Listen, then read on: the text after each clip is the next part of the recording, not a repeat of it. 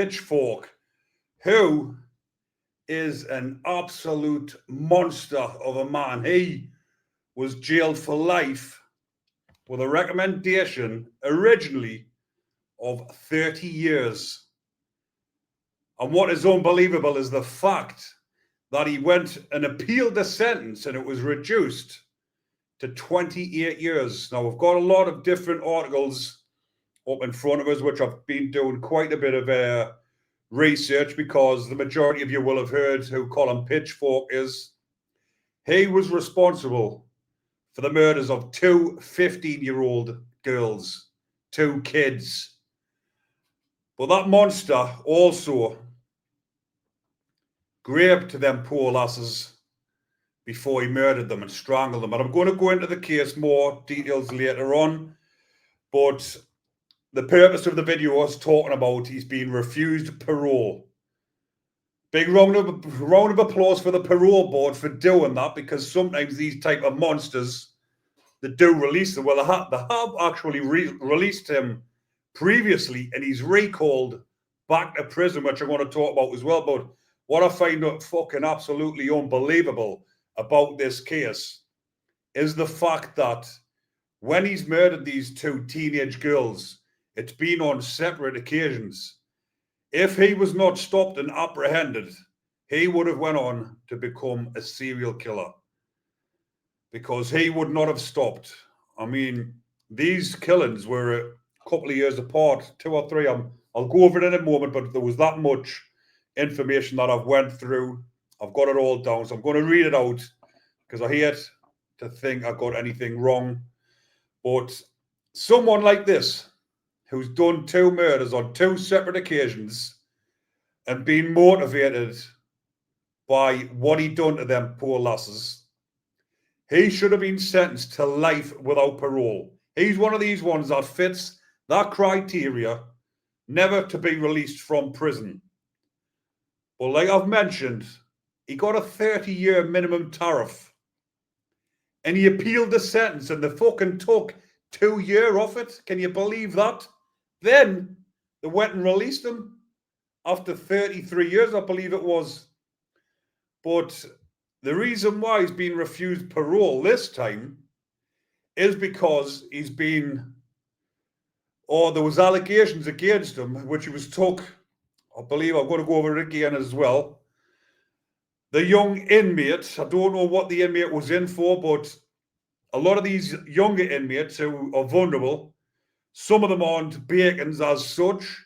They get put on the bacon wings because a lot of lads go into prison timid, never expecting to go to prison. They've done something, ended up in jail. The screws will look at them and say, listen, you're going to get eaten alive.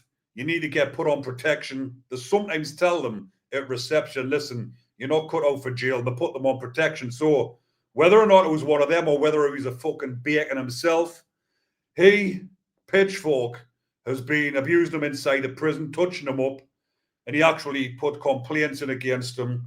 And this is some of the reasons why he's been refused parole, because he's still continuing to do it behind bars. So when I say about these bacons never being rehabilitated, they cannot be fucking rehabilitated. That is what they're like. That's how they're wired up. That's their preference. You can't tell them any other. He is an absolute wrong'un. And like I've just said, he's continuing to do it inside a prison. Even when he got released, he was recalled back to prison for not complying with his parole conditions. So I'm going to go over it now. So this is the reason. So it says parole documents reveal a Pitchfork. Some of the stuff you might think, well, it's repeated a little bit, but I'm just going over different articles. Jailed for raping and strangling 2 15-year-olds, Lynda Mann and Dawn Ashworth in Leicestershire, was SEX motivated when he assaulted a young inmate. So it goes on to say as well, he used cash sent into him from his partner to groom inmates and essay a younger prisoner in his cell. This has came out after his parole board. The parole board has released documents stating these facts. But how crazy is that as well? His partner. What sort of deluded woman would want to go with somebody who has killed 2 teenage girls and done that deed, done them despicable deeds to them before he's actually strangled them? You get some fucking weird, warped women as well who are wanting to go with the likes of him. But for anyone who's new, I'm just putting my aircon on there. I'm starting to get a bit hot in this room. I didn't realise it wasn't on. But there he is there up on the screen. Colin Pitchfork. This was, it says at the bottom of the picture, 2 seconds while I take this banner off the bottom. Pitchfork after his arrest in September 1987. So what I'm going to do now is go over, because you'll not want to keep that wrong'uns picture up on the screen for longer than is needed, but I just wanted to show you the picture of him when he was arrested. So what I'm going to do is go over the actual murders, talk about his case, then come back to the reasons why he was refused parole and what he's been getting up to inside of prison. Like I say, that bacon definitely hasn't been rehabilitated, but unfortunately, we couldn't do another one bites the dust with the little piglet, the bacon basher, because when I've looked into this horrible, despicable cretin, can you believe this? He's never been attacked inside a prison or nothing that I can find and nothing that's been reported on. He spent 33 years in prison and there's not one article online that he's been attacked. But then again, back in the days in the 80s when he was first in, a lot of things would have went unreported. He would have been battered off the screws. The screws would have let the lads into his pad. So as much as there's nothing online, believe you me, he would have definitely had some sort of prison justice in them 33 years. Like I've said, a lot of it definitely not like it is today with social media. On the papers, people fucking going straight to the papers and reporting when bacons have been done inside of prison. So Pitchfork was born on the 23rd of March 1960, and he's an English child murderer and child rapist. He was the first person convicted, I forgot to mention this one as well, earlier on, the first person convicted of rape and murder using DNA profiling after he murdered 2 girls in neighbouring Leicestershire villages. Lynda Mann in Narborough in November 1983, and Dawn Ashworth in Enderby in July 1986. So he was arrested on the 19th of September 1987 and sentenced to life imprisonment on the 22nd of January 1988 after he pleaded guilty to both murders, obviously with the new DNA coming out and him being the first person convicted using DNA profiling. He admitted to it. Then the sentencing judge, like I've mentioned, gave him 30 years, reduced to 28 on appeal. What was going through the appeal court judges' heads when they were reviewing his case and they decided to give him a pat on the back and say, we're going to take 2 years off your sentence? Absolutely out-fucking-rageous. So he was granted parole in June 2021 and released on license on the 1st of September of that year. And on the 19th of November the same year, he was recalled to prison for breaching his license conditions. He was granted parole a second time in June 2023, but after the intervention from the Lord Chancellor, Alex Chalk, the Parole Board reviewed its decision and decided not to release him, only because the family was kicking up, which they would, kicking up a fuss and saying that they didn't want him out because he wasn't rehabilitated. So luckily they listened to what the family said, and this is what it's all to do with speaking up. If you don't speak up, nothing happens. So I'm not going to bore you with, because in this article that I've got up, it goes on to tell you a little bit about his early life and his fucking family, where they lived and all sorts, but I'm not going to bore you with those type of details because we aren't really interested in that. 2 seconds, because I've got some more. So Pitchfork married a social worker in early 1981 and moved to Leicestershire village of Littlethorpe. His wife attended Southfields College of Further Education near the Leicestershire Tigers Rugby Club, which formed the new Leicester College in 1999 in the late 1970s, and grew up at 21 Medvale Road in Knighton, Leicester. Before his marriage, Pitchfork had been convicted of indecent exposure and had been referred for therapy to the Carlton Hayes Hospital.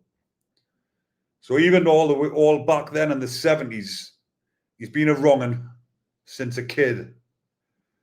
So Pitchfork had obtained work in Hampshire Bakery in Leicester in 1976 as an apprentice at the bakery head office on King Richard III Road.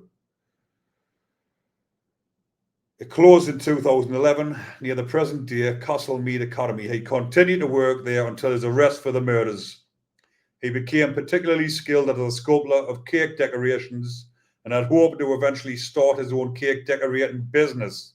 According to his supervisor, he was a good worker and timekeeper, but he was moody and he couldn't leave women employees alone. Wow. And you're saying that he was a good colleague, but you couldn't leave women employees alone. He was always chatting them up in a weird way. So in October 1977, I'm going to talk a bit about his crimes leading up to the actual murders. So in October 1977, he was fined £30 by Market Bosworth magistrates for exposing himself to a schoolgirl pleading guilty when aged 17. Now, even that has took me back. Fucking hell. Fined £30. They should have been fucking electrocuting him back then to give him some electric shock treatment to sort his dysfunctional brain out. In 1979, Pitchfork forced a 16-year-old girl into a field and SA'd her. On the 14th of February 1980, when aged 20, he exposed himself again to 2 teenage girls in East Shildon and was given a year's probation by Hinckley magistrates. Now look at that. 3 separate occasions there. Doing that. It's beggars belief, this. If they'd gotten a hold of him earlier on, given some short shock treatment, might have prevented these murders. Time after time, they've just given him a slap on the wrist and let him off. And then these poor girls have had to suffer with their lives. On October the 21st, 1983, 15-year-old Lynda Mann took a shortcut on her way home from babysitting instead of taking her normal route.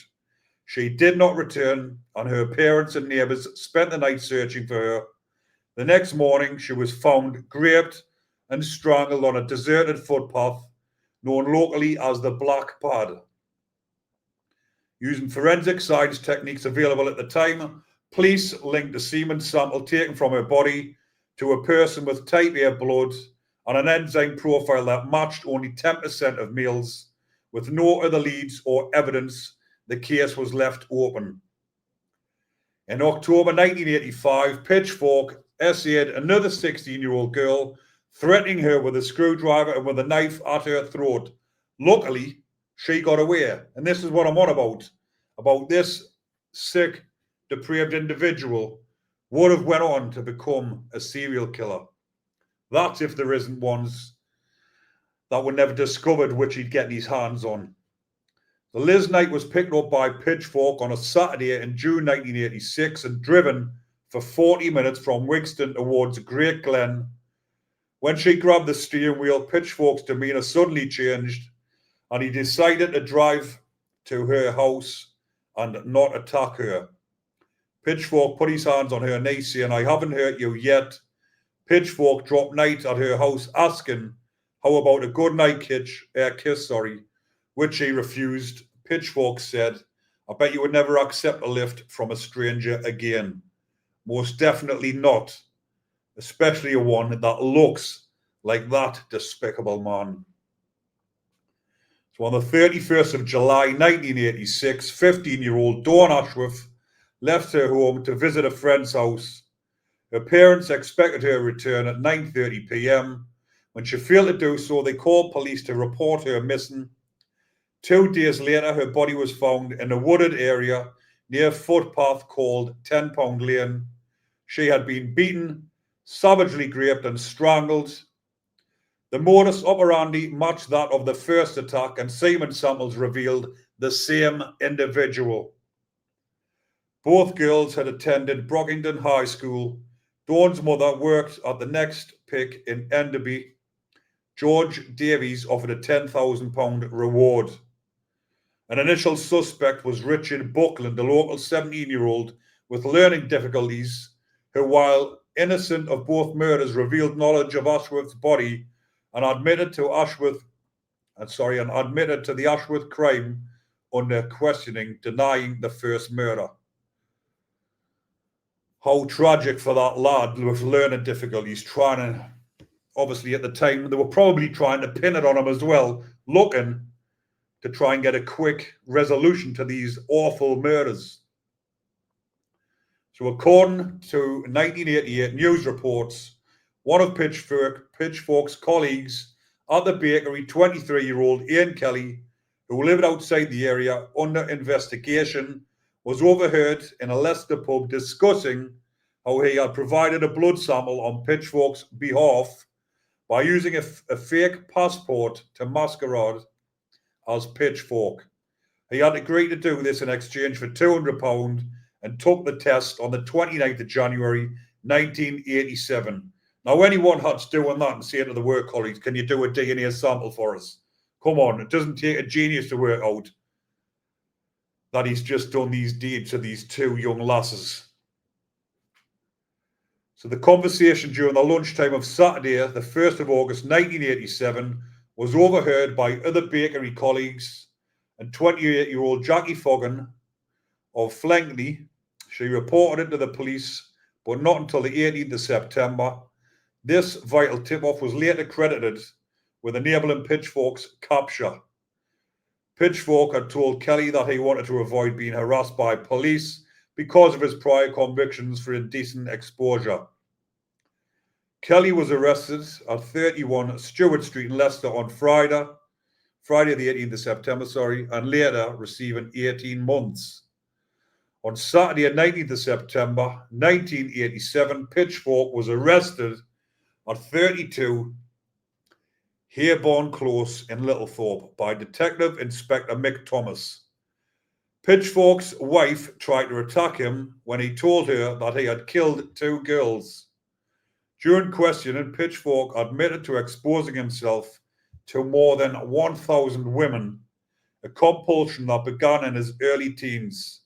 He later progressed to SA and then to strangling his victims. Pitchfork said this was in order to protect his identity. Investigators rejected this, viewing the motivation of the strangulation as perverted sadism. During his interviews, if some of these words I try and say a little bit quicker, it's so they don't get picked up, because I'm telling you, when I say certain words on here, this will be flagged, especially when I'm saying some of the words that's in here, but hopefully it doesn't. And with it being alive, we'll find out afterwards.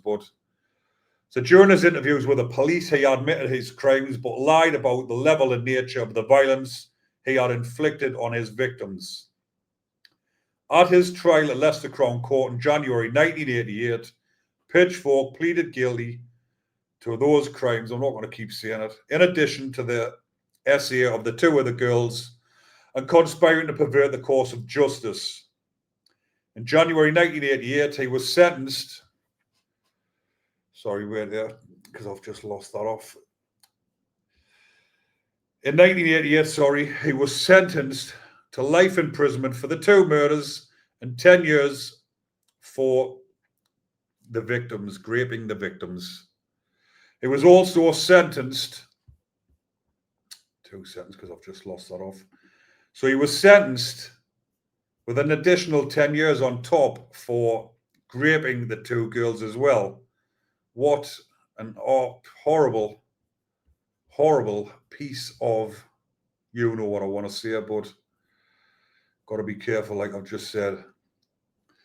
So I nearly lost that off, people. So he was sentenced for an additional 10 years. He was also sentenced to 3 years for each count of SA and 3 years on top for the other offences.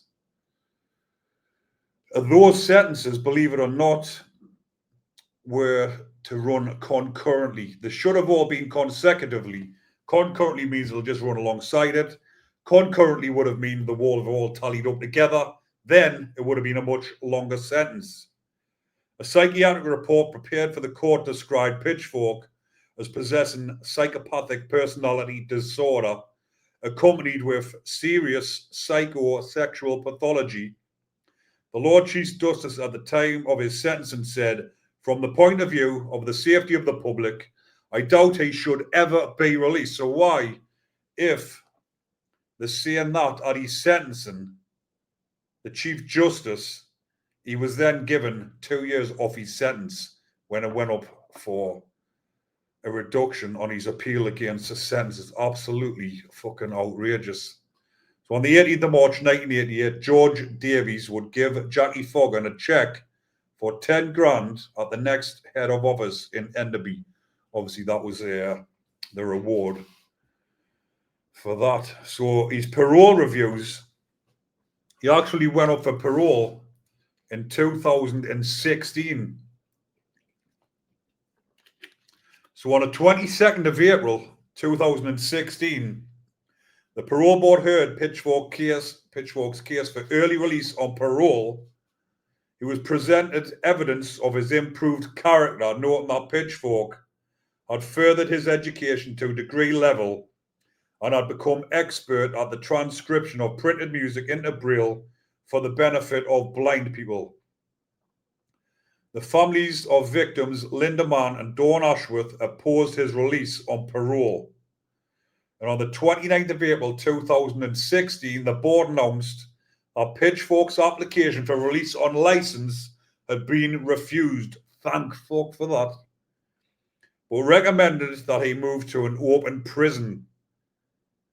So in June 2016, Michael Gove, the then Justice Secretary, agreed with the board's recommendation, and at some point prior to the 8th of January 2017, Pitchfork was moved to an undisclosed open prison. Now, I remember that at the time when it was in the headlines, they were on about it, but obviously they wouldn't give which prison he was in. And they've kept him secured throughout his sentence. That's why he's never been attacked, which is fucking outrageous, because he is one of them ones that deserved prison justice. This absolute wronging is as bad or worse than Ian Huntley. And to think that he's coming up chance after chance to get released. So on the 3rd of May 2018, he was refused release on licence. Oh, sorry, I've missed something out here. In November 2017, Pitchfork was seen walking around Bristol. So even though he was refused parole, he's went to Category D, which is an open prison. And after a number of months, what they do, they start getting you work outside, or they start letting you out for 1 day a week on weekends for day release. And he's been seen walking around Bristol, so it was assumed that he had been moved to HM Prison Leyhill in Gloucestershire. On the 3rd of May 2018, Pitchfork was refused release on licence. The Parole Board said Pitchfork would be eligible for a further review within 2 years. Lynda's mother said the board had listened to us before the murders, and in 2017 it emerged Pitchfork would be released from open prison on unsupervised days out. And on the 7th of June 2021, Pitchfork was granted release on conditional licence.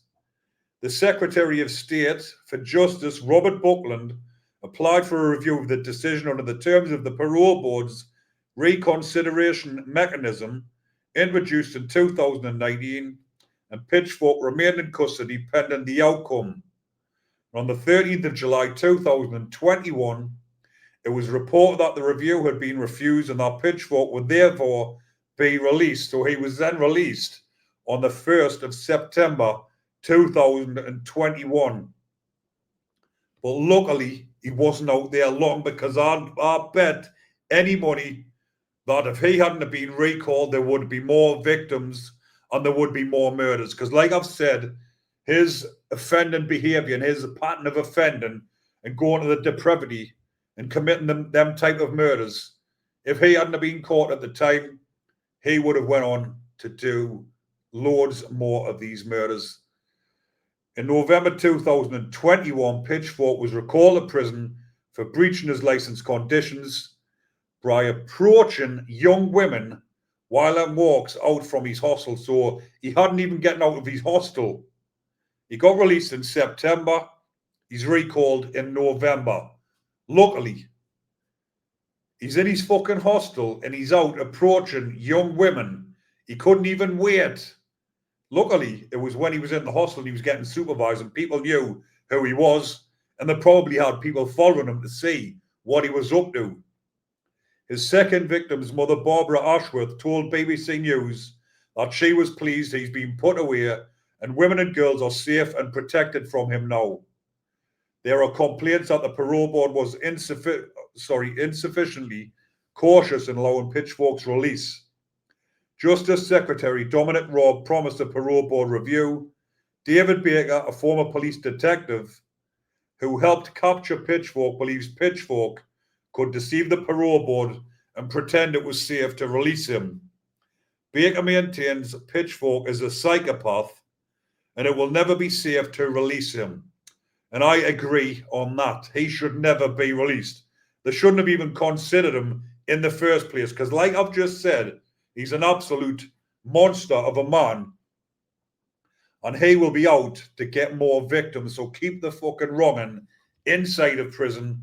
Put him in a dungeon so he gets no exercise, no visits, and doesn't even get to see his partner. What a sicko partner she is. What sort of woman, like I mentioned earlier on, would go with a man like that? So the Parole Board's hearing to consider releasing Pitchfork again was postponed to 2023. His potential release was opposed by MP Alberta Costa. In June 2023, it was announced that Pitchfork would again be released under parole. The decision was widely criticised, and in July 2023, the Lord Chancellor intervened and ordered that the board reconsider their decision after a huge public outcry, particularly since Pitchfork breached his licence conditions within weeks of his initial release.